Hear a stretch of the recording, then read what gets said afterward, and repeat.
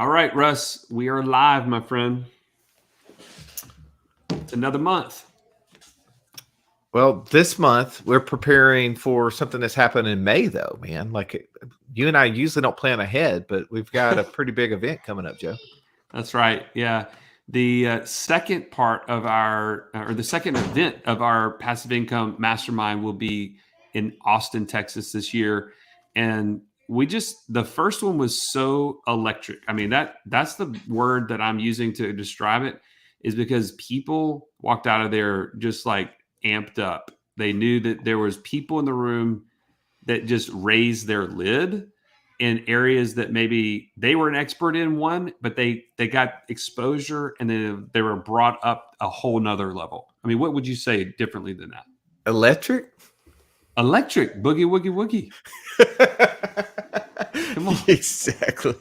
I was thinking, I've never heard you use that a word. That is not a word that I feel like sits in your vocabulary very often. It's legit, though. It is legit.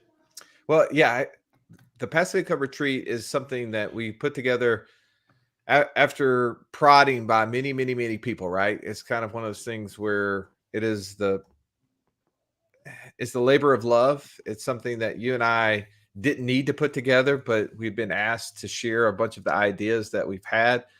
And since doing it, it's actually become one of my favorite things because I love being around other people who are super excited about getting involved in different investment opportunities. And passive income is one of those things that there's so many different avenues to do it. And sometimes we get very pigeonholed in the opportunities that exist based upon our own experience or those in which we surround ourselves with, right? Jim Rohn says you are the sum of the 5 people that you spend the most time with. Well, to me, like getting in an environment where there's 30, 40, 50 other people who are doing all sort of different things, it really gives you an idea to expand your thought process. Not that you need to do everything, which sometimes I feel like, I can get caught up in wanting to chase every opportunity that exists, but being in an environment like this definitely challenges my thinking to say, maybe there's something that we haven't considered, Joey. That's right. And I want to say this about the retreat. Like every detail of this is put together in a way to enhance your experience. Like from the venue that we choose, we want there to be a place for people to stay on site, but not to feel like a stuffy conference, right? This is an intimate, get to know people at a Udemy level. And the place that we choose, the place in Franklin, now the place in Austin, is very accommodating to that. Secondly, when you attend this event, you're not getting just bombarded with 17 speakers in 8 hours, which is easy to do. We chose 3 speakers, main speakers, and left a ton of space in between that is purposeful networking, because the value of knowing the people in the group is way more important than just information. Right. What I mean, isn't that the whole thing of a mastermind? It's masters at something, right? Sharing what's in their mind with each other. They're masterminding. And I agree with you. I've been to events where it was really like, okay, we're going to meet together over 8 hours. So we're going to run 10 different speakers through. They all have 40 minutes. And the MC it's like they're standing on coals every time they're up there trying to get people as fast as they can to the stage and off. And I think that what ends up happening is people walk away with a lot of information, but information doesn't necessarily create action.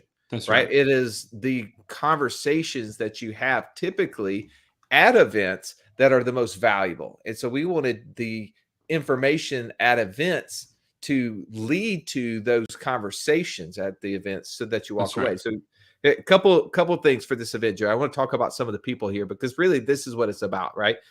We've got one of the top, if not the top, crypto mining guy in the U.S. and I'm closely starting to become probably in the world at this event. Bob Burnett, we've actually had him on the show before. We've talked crypto with him. He has over $200 million in crypto projects going on right now in the U.S., but that's like second on his list behind being an author for Bitcoin Magazine.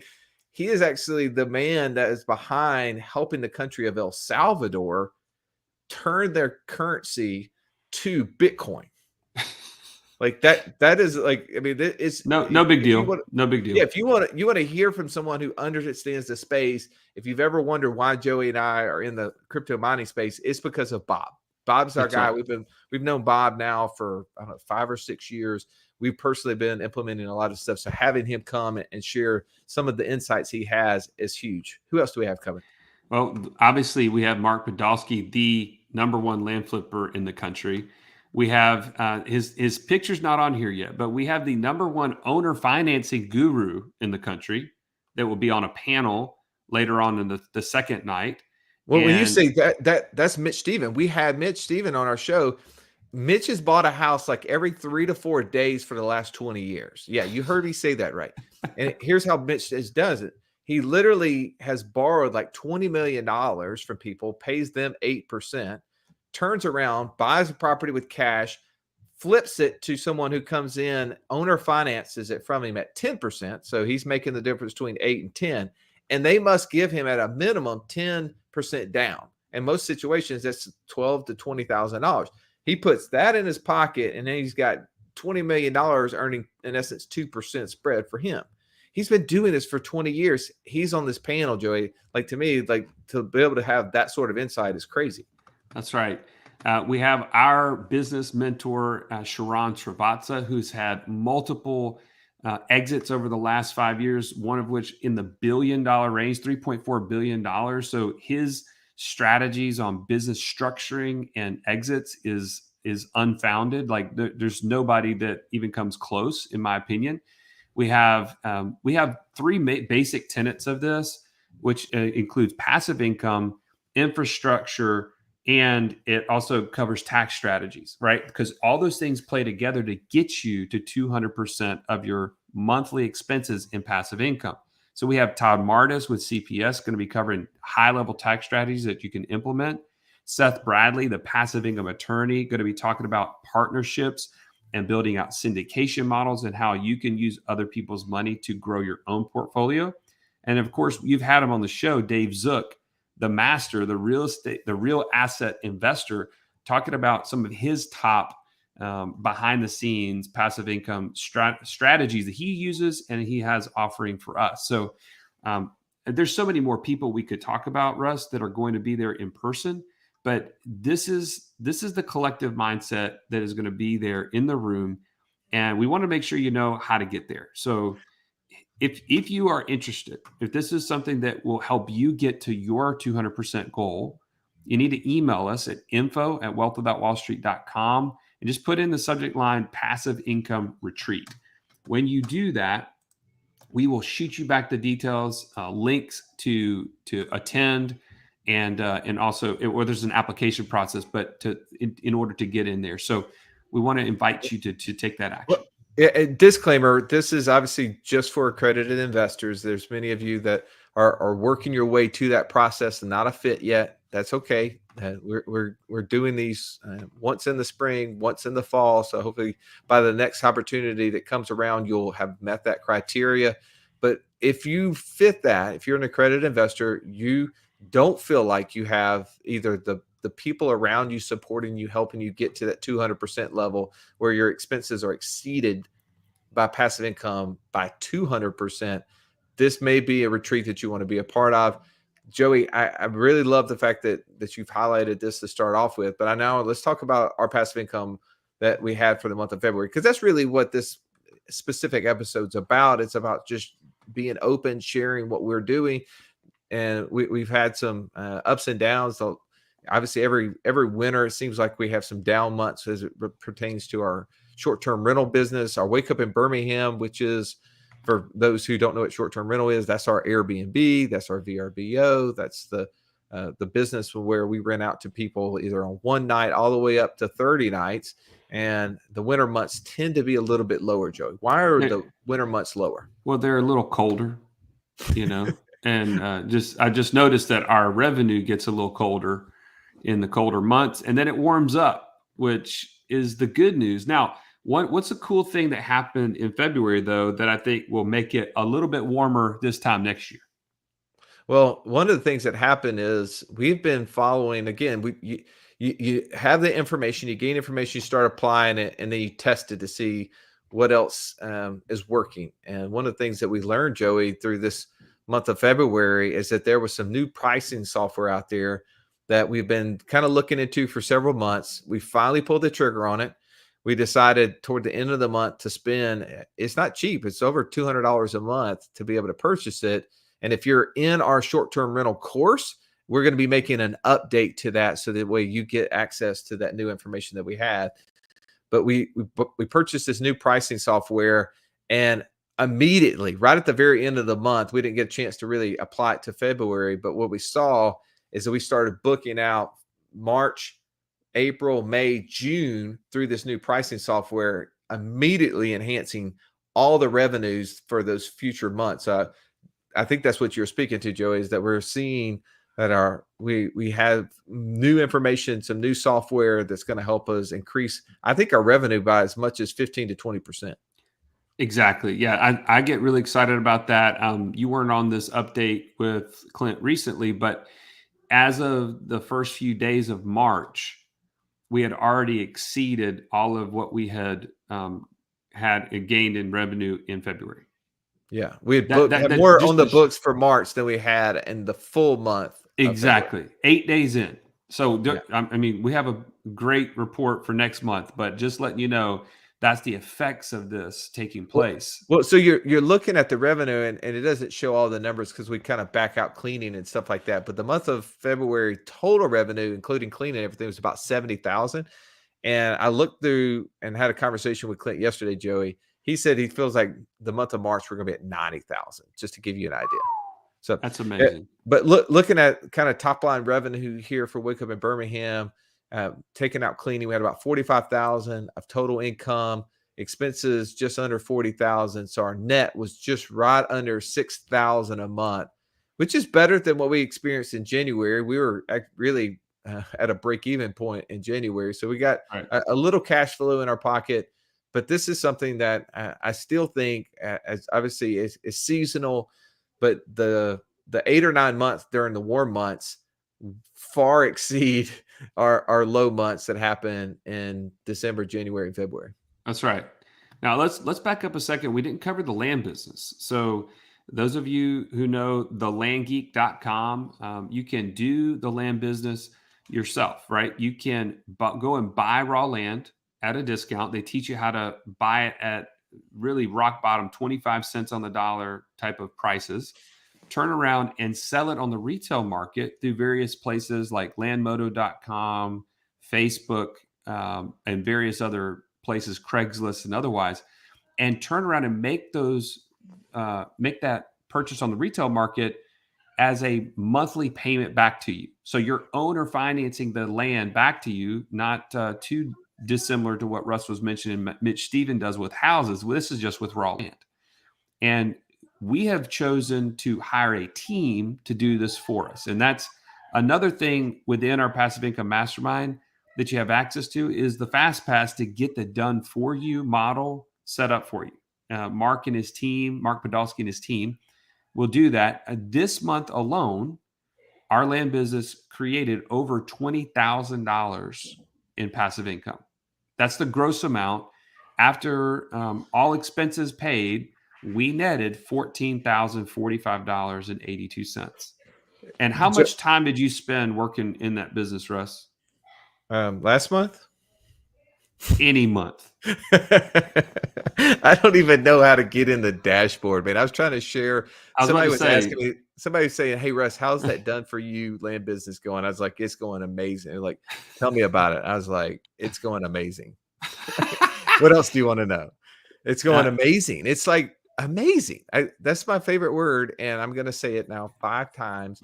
They're like, "Well, can you show me the stuff?" I said, "Well, here's what I can do. I can tell you how much money we've put in, when we put it in, how much cash flow we have coming a month, how much overall value we have as compared to it, which is about 4 times what we put into it, overall value." But if you want me to show you how to log into the thing, you're going to have to call Joey because he's the only one that knows how to get into the deal. I was about to say, if you had to report the amount of time in the business, it would be a little bit misleading because the hours it's taking you to try to log into this is just it's just not realistic. Like most I've people, spent way more time trying to figure out how to log into that dashboard because I keep losing the username and password than I have ever doing anything with the business. But that's why this is very passive, right? Many of you who are listening to this, you're getting involved in the land business. It's more of a side hustle. It's something that you're working, you're building, you're creating in order to get to a point where you can then hand it off to people to run it for you.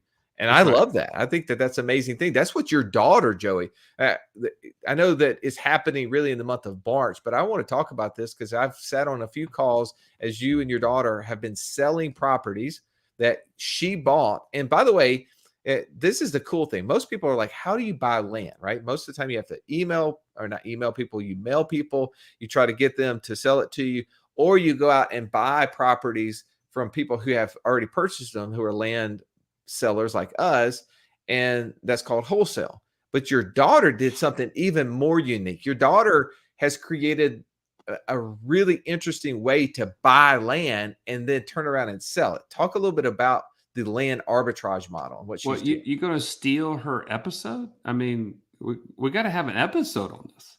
Well, I mean, we need to like have her own, no doubt. But I mean, let's just go ahead and tease it. Talk to me about what land Okay. arb is. So what she did is she went out and was working with her coach, and she has some capital built up in her infinite banking policies that we've set up for her, and she was ready to just buy the properties outright.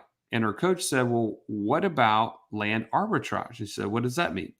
He said, "Well, we have different people that wholesale their land on payments to you rather than in full." Okay, so she was able to purchase two properties that were $9,800 in total value for 40 acres total, 20 acres apiece, for the total of $200 a month. So she's financing it from someone else, paying the $200 a month, and then being able to turn around and then finance it to somebody else and get the difference. So the very first person that she's talked to, and we're still waiting on him to make the payment. So it's not a done deal. But the first person that she's talked to about selling this property will pay $300 a month for one of those parcels. For how many months? For 80 months. And she owes this other seller the $200 a month for 60 months. So let's break down what Joey's saying. Her out-of-pocket cost to purchase 40 acres is $200 a month.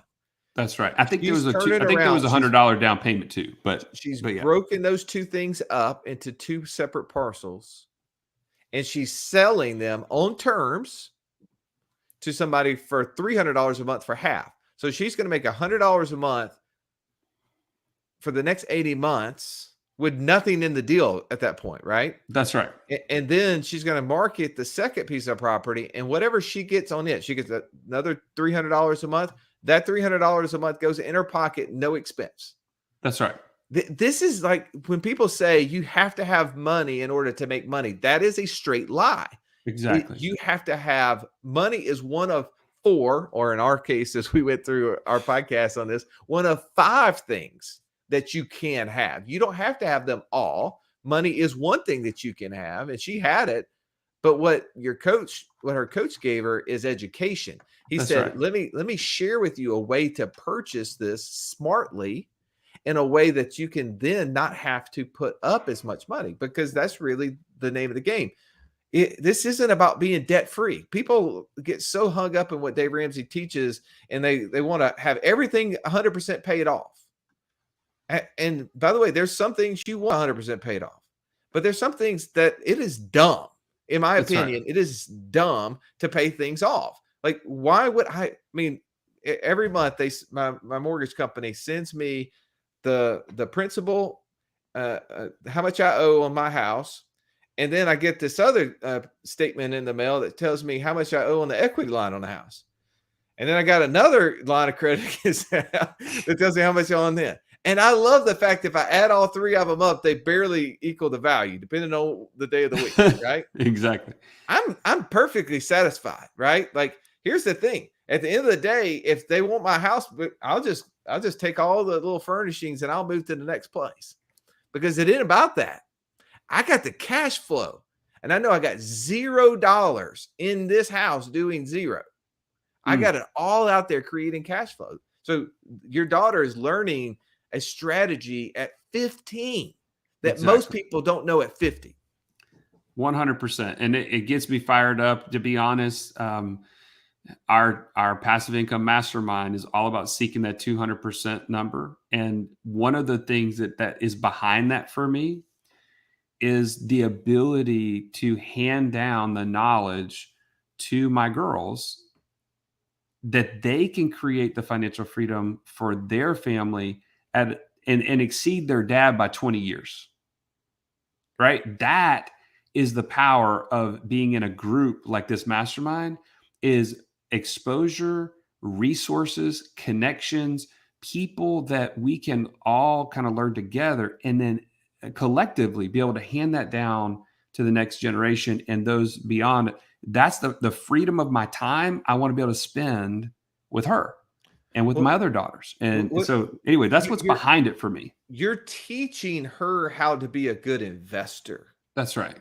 And I think so few people know how to be a good investor. We say this all the time, just repeating Robert Kiyosaki's quote: there's no good or bad investments. There's only good or bad investors. And I was listening to Kiyosaki the other day. He said, he was talking about the 4 commodities or the 4 precious metals that you should have. And I was like, 4? He's like, yeah, gold, silver, guns, and ammo. But you need to understand like how things work. And once you understand that, it reveals so many opportunities to you. The way that we're using our short-term rental business, we're not buying these properties, right? We're just going in and renting them. We're doing arbitrage. Your daughter's now doing that with the land flipping business, where she's not buying the property. She's just doing arbitrage. I think that's amazing. That's a great way to do that. Now, we have other spaces. You were talking about, Bob and the things that he's been able to help us do in the crypto space. We're still mining Ethereum, and we've got a new operation that's getting kicked off. We got some stuff in the email the other day, Joey. I don't know if you looked through it, but it's showing us our Bitcoin mining operation that's going to get kicked off here in June, July. Super excited for that to happen. I know that, I don't know which one's going to be the one that goes to the moon, if it's Bitcoin or Ethereum. I know both of them are based on technology that are being used and applied in so many different ways that my mind can't even comprehend. But a part of that is just a currency that we get a little small piece of each and every time we do a transaction. And last month, we produced, almost $9,000 in our rewards, if you will, for doing that. Now, there was a cost of doing business that was a little over $3,000. So we netted almost $6,500 in our businesses to do the crypto mining. And I'm going to ask you that question: how much time did you spend mining Ethereum last month, Joe? 0.0%. I mean, you spend more time looking up how much money you made than you spent doing anything else. That's it. That's right. It's totally hands off. And again, to me, it's a slow and steady way to continuously build an additional currency that I believe will be super, super valuable the longer we go. And every day, don't miss last week's podcast on inflation. I know you weren't there personally, Russ, but you're going to want to listen in on that, because we hammer the fact that our dollars are more than worthless every day and continue to get worse. And this every time I look at this report and I see this number continuing to add to last month and the month before and the month before, it gives me a lot more peace of mind to know that we've got additional currency being built somewhere else. So much more secure. You think about the fact that, Ethereum was, $500 or something like that a coin in 2020. Now we sit here looking at it. It was just right under 3,000 a coin as we were doing this report. We got to find things that can keep up with the expansion of the money supply, right? When we That's right. see gas prices at $4, you better have something. You better not have dollars just sitting in a checking account. You better have dollars at work. Hence the reason why we use infinite banking. We love setting up these cash values so our dollars are constantly at work, and then we leverage those to do other things like buy machines that mine crypto. And the other side of that is we use it to create machines that spit out dollars, which are called ATM machines, right? And we make money right now on that. I got to be honest with you, the ATM machines right now, I'm a little bit nervous of the future. Have you been listening to this central bank digital currency conversation that's happening out there? No, I've heard it going on, but I have not researched it detailed wise. I need to spend more time on that for sure. Well, so for everybody out there, I'm not an expert on this, but you could go research this. It's under CBDC. So that's basically the central bank digital currency. The president of the United States said we need to seriously be looking into this to keep up with other countries who are looking at this, like, like China, for example, who has come out with the digital yen. Is that Yen? how do you say that? Yen? Yeah, yen. My brain was like between on exactly how that was pronounced, but that is a scary thing to me, right? That for our ATM machines is that if our government one goes out with a digital currency, it is not a good thing. So if you're listening to this and we have a chance to vote on this, vote no. We do Exactly. not want our country to go to a digital currency because ultimately speaking, that's just a way for them to just throw all of this debt they've created underneath the rug and say, okay, we forget about that.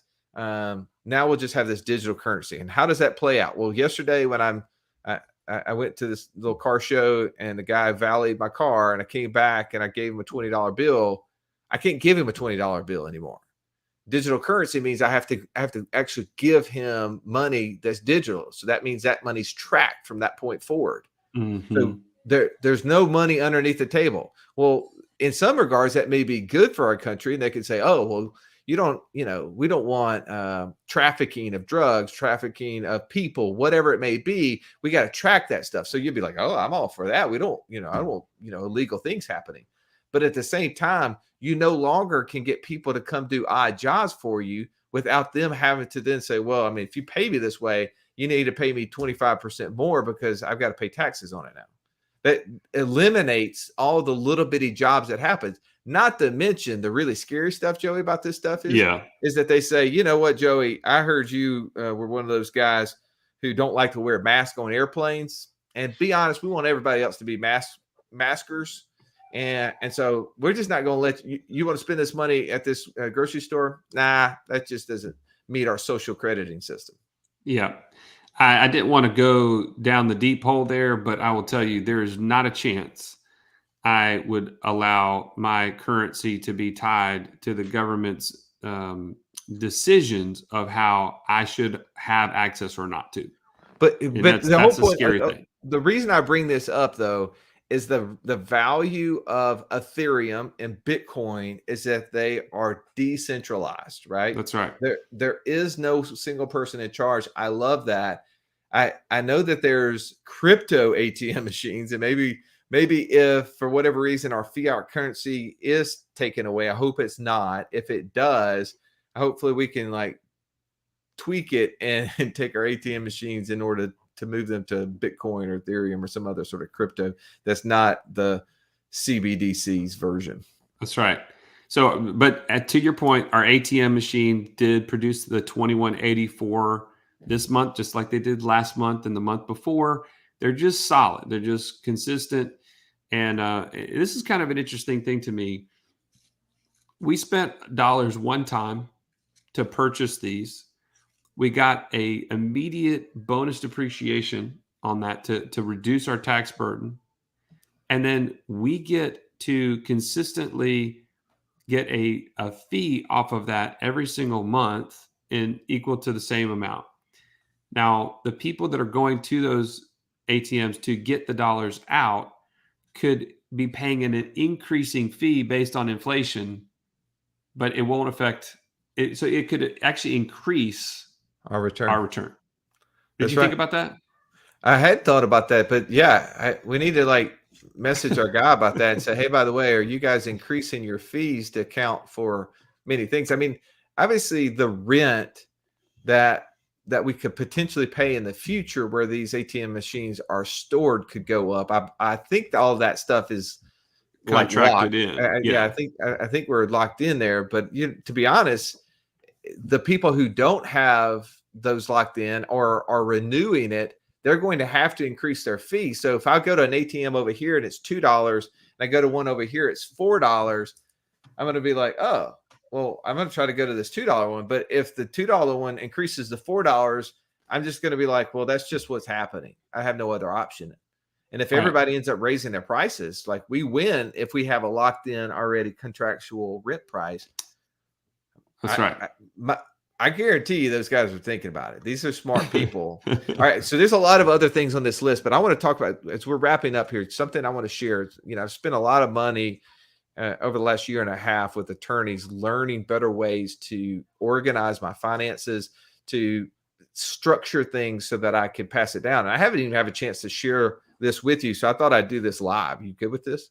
Hey, I'm always open for good surprises. So here's one of the things that the attorney pointed out to me, which again, I'm talking to Joey. Please don't take this as legal advice for yourself. You need to go talk to your own people. But one of the things, yeah. So we have several things on here, Joey, that are purely passive, hands off. We don't deal with. That's right. But the community, right? I would call that an active business, even though we don't do a ton for it, but we created the courses. That would be considered active revenue. We're involved in that business. The Wake Up in Birmingham, even though you and I don't spend tons of time in that business, it's still going to be considered active income for us. Those two things, we need to restructure how we're flowing that thing through, because right now we're flowing it through to a partnership. And so we're going to have to pay not W-2 income, but active income tax rates on that money. So our attorney was telling me, and because you couldn't be on that call, is that you and I need to consider moving the flow of that income out of that entity and moving it toward our S corps so that we could get some of the S corp deductions and distributions. So we could pay ourselves a salary and then take the rest in distributions, which is to help reduce our taxes on that. Smart. So I was like, oh man, I had not even considered that. So all the other things that are passive, it's fine for us the way we have it set up.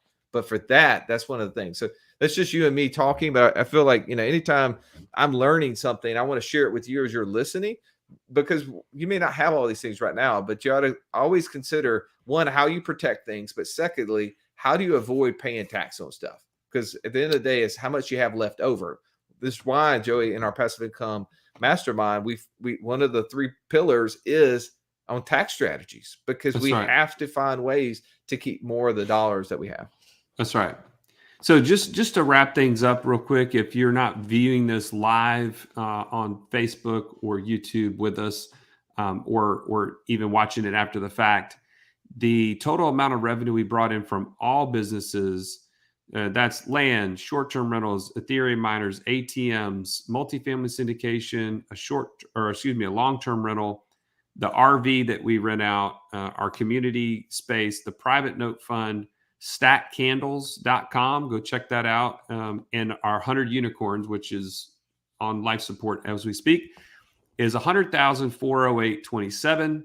We had 67,000 in expenses. So a net of 33,240 for the month. Not a terrible month. It is definitely lower than the hottest parts of the year, but we'll take it and we'll continue to grow and look for ways to improve it. So I hope this is inspiring, again, that each one of these things may not be for you, but maybe you find the one or two that you can go hard after and create the financial freedom that you're looking for. It may not be on the same scale or the same types of things that we are doing, but that's what our community is for, is to help you get to your financial freedom number as soon as possible.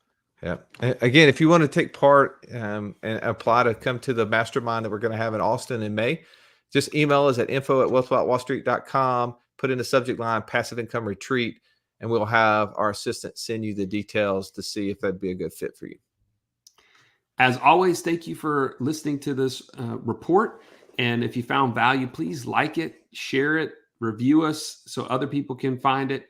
And as always, please join us on the next episode.